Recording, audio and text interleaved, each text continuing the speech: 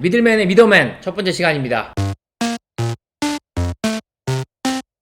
이 채널을 만들고 아마 첫 번째 모시는 인터뷰 게스트 같은데, 나 회사 너무 오래 다닌 것 같아. 그리고 나는 무적의 회사원이다.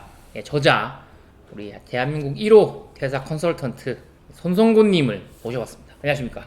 반갑습니다. 반갑습니다. 뭐 그래도 간단하게 본인 소개 한번 부탁드리겠습니다. 반갑습니다. 제 이름은 손성곤이고요. 직장생활연구소를 만들고 10년째 운영하고 있고 동시에 18년째 직장생활을 하고 있습니다. 그리고 아까 우리 미더맨께서 소개해 주신 것처럼 책을 2권 쓴 책의 저자이기도 합니다. 네, 2019년 10월에 출간된 책입니다. 작년에 나온 책이고 개인적으로 즐겁게 읽었던 책이라서 이 책 컨셉이 뭔가 10년차 이제 막 중간관리자에 도전하는, 그리고 중간관리자 생활을 하고 있는 분들에게 좀 도움이 되는 책 같아서 즐겁게 읽었고, 이번 인터뷰 준비하면서 다시 한번 이렇게 보게 됐어요. 손 소장님과 함께 미들맨 분들이 어떻게 앞으로 중간관리자 생활을 해야 될지에 대해서 이야기해 보도록 하겠습니다. 제가 전 회사 다닐 때, 제가 중간관리자를 처음 달았던 그 전부터 아마 개인적으로 알고 지냈던 분인데, 뭐 중간관리자를 꼭 한번 해봐라, 저한테 그런 말씀을 평소에 많이 하셨었어요.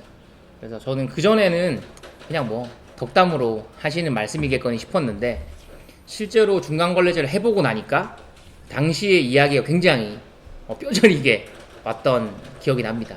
뭐 중간관리자를 꼭 해봐라 라고 저에게 조언하셨던 이유가 있으실까요? 일단은 제 생각에는 중간관리자가 뭔지에 대해서 보시는 분들이 궁금해하실 것 같은데, 생각하시는 중간관리자의 어떤 정의가 뭐가 있을까요? 저는 말 그대로 팀원 다음 레벨이 중간관리자라 생각을 하거든요.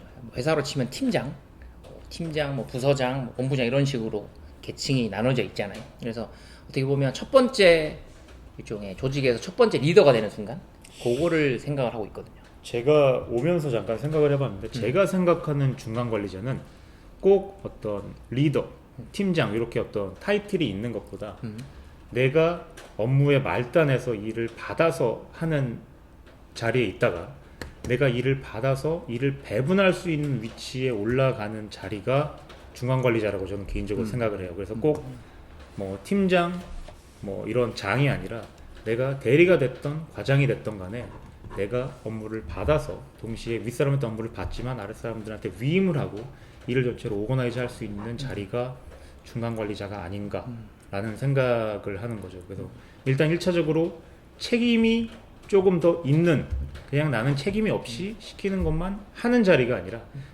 받아서 일을 하고 또 책임을 지는 자리, 어느 정도 일말의 책임을 지는 자리가 중간관리자라고 생각을 하고 있습니다. 그래서 이 채널 보시는 분들이 난 팀장 아니니까 꼭 이거 봐야 돼? 꼭 중간관리자가 뭐 중요한가? 이렇게 생각하실 수도 있는데, 어느 정도 대리가 됐던 과장이 됐던 간에 어느 정도 일을 받아서 다시 일을 배분하고 책임을 질 수 있다면 모두 다 중간관리자라는 생각을 가지고 보시는 게 좋을 것 같아요. 아까 말씀한 것처럼 이제 책임을 지는 자리에 간다는 것 자체가 가보기 전에 사실 모르는 부분이거든요. 저도 그 자리에 가서 정말 내가 책임을 느껴본 다음에 이게 정말 다른 스테이지로 넘어갔구나 라고 하는데, 어떻게 보면 직장인들한테 잘 와닿지가 않거든요. 네네. 요즘은 특히나 좀 이 퇴사라는 키워드가 몇 년간 또 핫하게 달구지 않았습니까? 그래서 저는 오히려 퇴사를 생각하거나 회사 내에서 성장을 꿈꾸는 사람들에게 꼭 중간관리자, 책임지는 자리까지 좀 가봤으면 좋겠다는 말을 종종 하는데, 저보다 훨씬 더 오래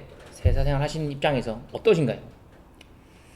일단은 책임을 져보는 자리가 필요한 이유가 어떤 시야가 좀 달라지는 부분이 있어요. 내가 어떤 일을 부여받았을 때 저 자식은 왜 나한테 저런 거 시키지? 왜 이따위 일을 나한테 시키지? 왜 이렇게밖에 못 시키지? 짜증나네?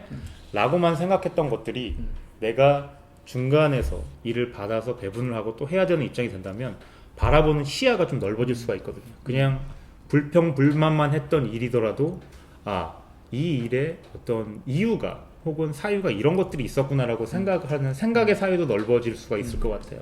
그리고 바라보는 시야도 훨씬 더 넓어질 수 있을 것 같아요. 그러면 꼭 이제 그 책임을 진다는 게 이제 뭐 이런 거를 좀 더 넓게 보는 분들한테는 당연한 이야기이긴 한데, 네. 뭐 회사에 단순하게 월급을 받기 위해서 생존을 위해서 그냥 내가 내 밥벌이 하려고 다니는 사람들한테 이런 것까지 책임을 져야 되나? 라고 하는 반응들도 있거든요. 나는 뭐 그렇게 부담 주기 싫고 그냥 내 눈앞에 일만 하다가 월급만 받고 가겠다.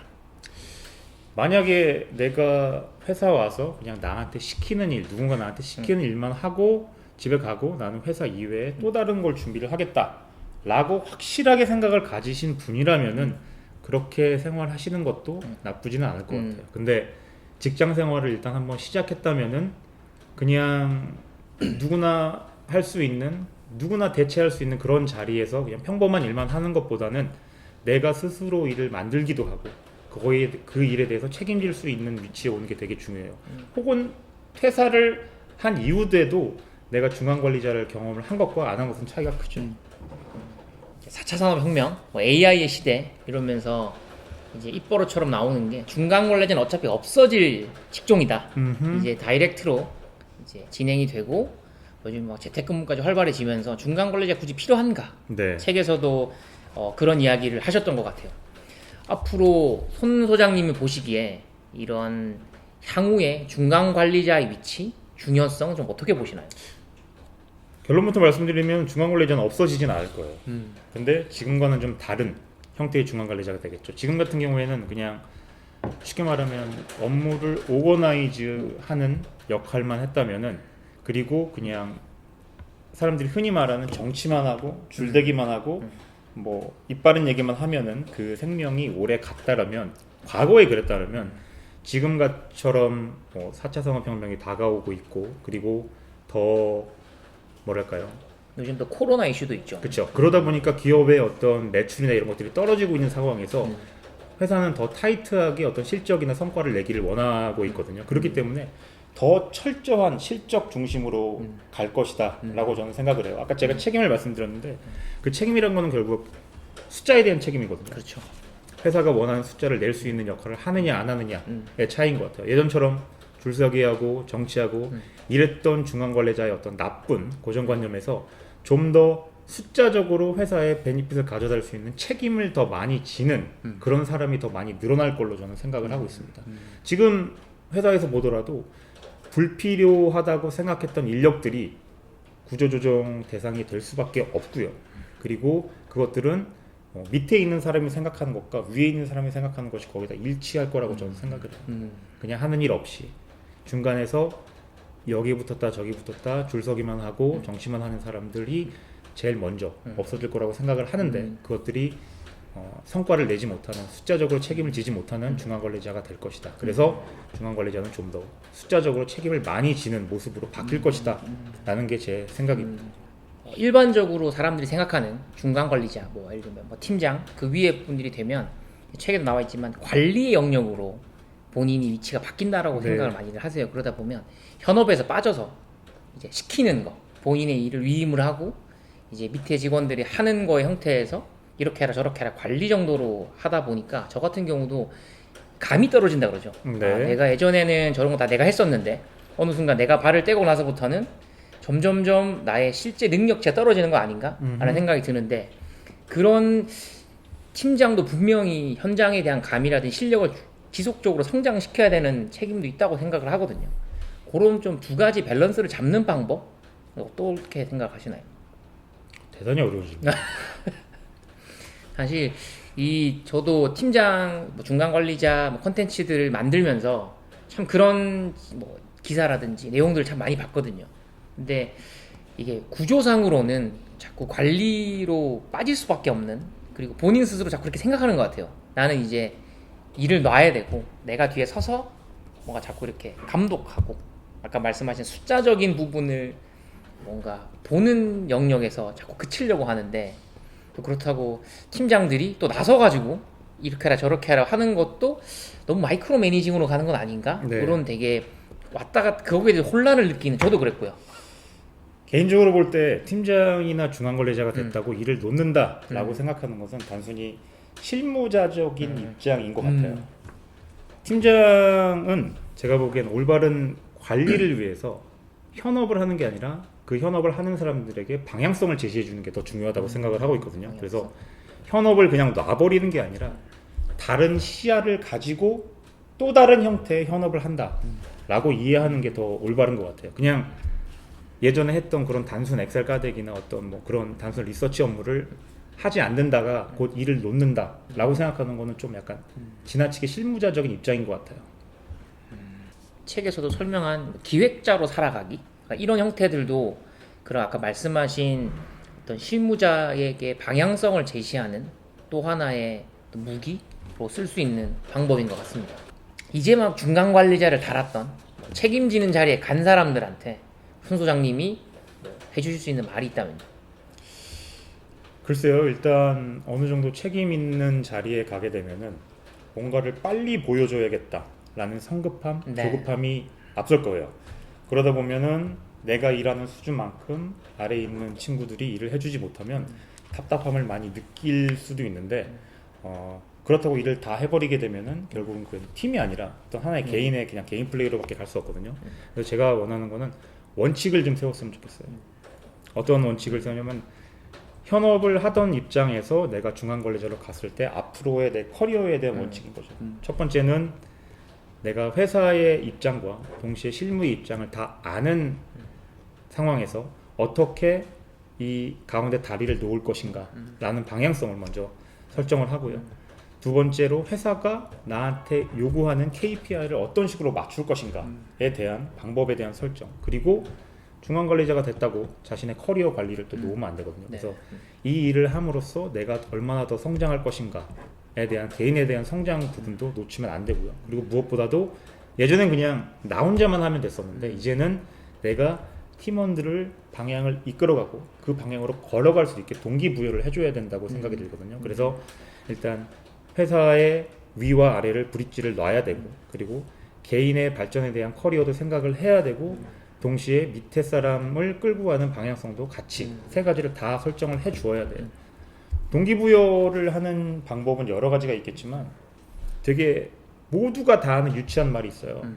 배를 만들어 라고 시키지 말고 이 배를 타고 어디로 갈 거야 라고 방향을 제시해 주면 되는데, 그게 밑에 있는 친구들한테 되게 뜬구름 잡는 얘기일 수도 있어요. 아, 저 새끼 몇 달 전까지만 해도 나랑 같이 실무하다가 갑자기 팀장 됐다고 갑자기 그나마 잡고 방향성 얘기하고 앉았네. 이럴기가 쉽거든요. 그러니까 몸에 힘을 빼고 밑에 사람에 대한 마음을 이해하면서 동시에 여기 위에서 생각하는 것들을 이어주는 역할을 먼저 하는 게 가장 기본이라고 생각이 듭니다. 중간 관리자의 어떤 타이틀을 단 사람이 느끼는 조급함, 그런 게 더 잘하려다 보니까 더 생기는 것 같은데, 그럼 자연스럽게 또 슬럼프가 생길 수밖에 없거든요. 나는 이렇게 하고 싶었는데 뭐 밑에 사람들이 안 떨어졌을 수도 있고요. 아니면 본인이 너무 번아웃이 돼서 어떤 본인 스스로 체력이 저하된다든지 이런 상황들이 생기는데, 손 소장님 같은 경우에 슬럼프 극복 방법, 이게 어떤 개인적 팀원적인 입장과 팀장의 슬럼프는 좀 다른 것 같거든요. 어떤 뭐 본인의 경험담이라든지 뭐 이런 거 주변에 보신 게 있다든지 뭐 그런 게 있을까요? 이런 슬럼프를 겪었는데 네네. 어떤 식으로 극복했다, 뭐 이런 이야기. 역시 또 어려운 질문입니다. 슬럼프는 항상 오는 것 같아요. 네, 물론 길게 보면 슬럼프가 있을 수도 있지만 하루 아침부터 저녁 퇴근할 때도 또 슬럼프가 오는 시기가 있거든요. 그래서 개인적으로 그거를 슬럼프라고 명명하는 것보다 그냥 늘상 나와 함께 할 수 있는 어떤 언제나 찾아올 수 있는 친구라고 생각이 들어요. 저도 처음에 이렇게 중간관리자가 되고 나서 처음에는 미친 듯이 달리기만 했죠. 그러다 보면은 딱 정해져 있어요. 한 3달 미친 듯이 달리면 아파요. 몸이 먼저 신호를 보냅니다. 아무 생각 없이 막 달리기만 했기 때문에 몸이 아파서 몸살 나서 한 2, 3일 쓰러지게 됩니다. 저도 그런 적이 있는데 그때 조용히 생각을 했었죠. 내가 미친 듯이 그냥 열심히 해야겠다. 나를 이제 내가 올라갔으니까 더 열심히 해야겠다는 생각만 가지고 미친 듯이 달렸는데, 생각을 했던 게 그거예요. 내가 왜 이 일을 하고 있지? 라는 생각을 했었어요. 내가 성과를 내서 윗사람한테 잘 보여서 더 승진하려고 이걸 하고 있는 건가? 아니면 내가 현업에 있을 때 현업을 하는 실무자일 때 못했던 것들을 더 해보기 위한 것인가? 그리고 그런 여러 가지 생각을 좀 하게 됐었어요. 내가 이걸 왜 하고 있지? 라는 생각을 좀 다시 한번 해보는 게 중요할 것 같고요. 그리고 내가 이걸 왜 하고 있지라는 질문에 대한 답을 찾고 나면은, 그러면 회사가 나한테 원하는 방향성은 뭐지? 라는 걸 생각했으면 좋겠어요. 일단 슬럼프라는 거는 쉽게 말하면 길을 잃는 거나 마찬가지거든요. 저희가 내비게이션이 참 좋은 게 딱 목적지를 입력을 하면은 오른쪽으로 돌아가기도 하고 막히면 뭐 왼쪽으로 가기도 하지만 결국엔 목적지를 찾아가거든요. 근데 슬럼프는 어떻게 보면 목적지를 잃었다고 생각을 할 수 있기 때문에 목적지를 다시 한번 리세팅하는 작업도 한 번 정도는 필요할 것 같아요. 그리고 나서 당연한 얘기겠지만 미친 듯이 달려왔어. 그리고 달려왔는데 뒤를 돌아보니까 어딘지 모르겠는 거야. 그렇기 때문에 그 과정 중에서 내가 지금 어디 있지? 요거를 다시 한번 세팅하는 것도 중요한 것 같아요. 그래서 만약에 본인이 슬럼프에 빠졌다고 생각이 든다면은 이걸 내가 왜 하지? 회사에서 나한테 어떤 미션을 줬지? 회사에서 나한테 원하는 게 뭐지? 라고 생각을 먼저 이유를 한번 생각을 하시고, 그리고 그 이유의 끝에 목적지가 어디지? 라는 것도 한번 더 생각을 해보시고, 마지막으로 나는 어디에 있지? 라고까지 한번 질문을 3가지를 던져보신다면은 아마도 다시 어떤 힘을 내서 어떻게 가야겠다라고 새 힘을 얻을 수도 있을 것 같아요. 슬럼프를 좀 겪고 있는 분들이 봤을 때 좋은 것 같습니다. 근데 이런 얘기 해도 저 새끼 그냥 책상머리 앞에서 그냥 똑같은 얘기 그냥 그런 얘기 하는구나, 그렇게 생각하실 수도 있어요. 왜냐면은 이걸 보는 분들이 다양한 업종에서 다양한 위치에서 진짜 저는 생판 듣도 보도 못한 일을 하고 계신 분이 있을 수도 있거든요. 그래서 제가 말씀드리는 것들이 전체적으로 큰 제네럴한 일반적인 어떤 조언이라고 좀 생각을 해주시면 좋을 것 같아요. 팀장, 리더분들이 외롭다는 얘기를 많이 하거든요. 이건 슬럼프랑 또 다른 문제예요. 네네네. 그럼 팀장의 외로움 어떻게 좀 해결하면 좋을까요? 고양이를 키우시는 거예요. 왜냐면 강아지도 좋고. It's killing me. I've got to breathe. It's killing me. I've got to breathe. Yeah.